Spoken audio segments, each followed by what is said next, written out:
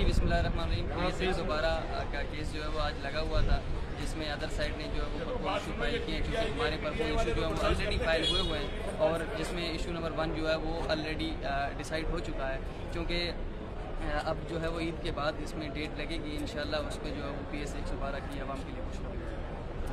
بسم اللہ الرحمن الرحیم.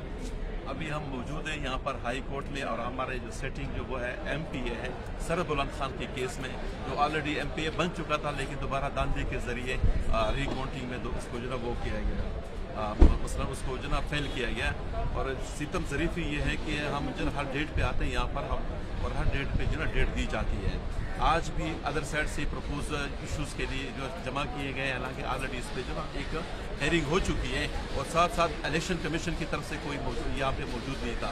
اب نیکسٹ ڈیٹ ہوئی اور انشاءاللہ ہم حاضر ہیں اس کورٹ میں. ہم امید یہ کرتے ہیں کہ ہائی کورٹ انشاءاللہ ہمارے حق میں ایک اچھا فیصلہ دے گی، چونکہ ہمارے MPA جو ہے سربلند خان 6000 سے زیادہ کے ووٹ کی لیڈ سے جیتے ہیں، اور 6000 ایک داندھی زدہ ووٹوں کی کراس کر کے دوبارہ اس کو ہروا دیا ہے. لہٰذا ہم کورٹ سے انشاءاللہ امید کریں گے کہ ہم انشاءاللہ اچھا جو ہے فیصلہ ہمارے حق میں دے گی. بسم اللہ الرحمن الرحیم.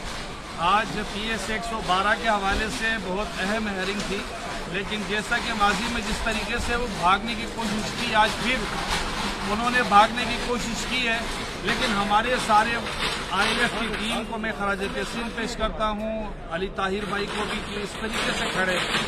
آج بھی اللہ کے رسول کے ناموں کے نیچے جھوٹ بول کر، جھوٹا حلف لے کر، اور اللہ رسول کا نام لے کر جھوٹ بولنے والے، چوری کرنے والے، مینڈیٹ پہ ڈاکہ ڈالنے والوں کو انشاءاللہ ہم عبرت کا نشان بنائیں گے، اور عمران خان کی عوام کی سیٹ کو دوبارہ واپس لے کے بلدیے کے عوام کو تحفہ دیں گے انشاءاللہ.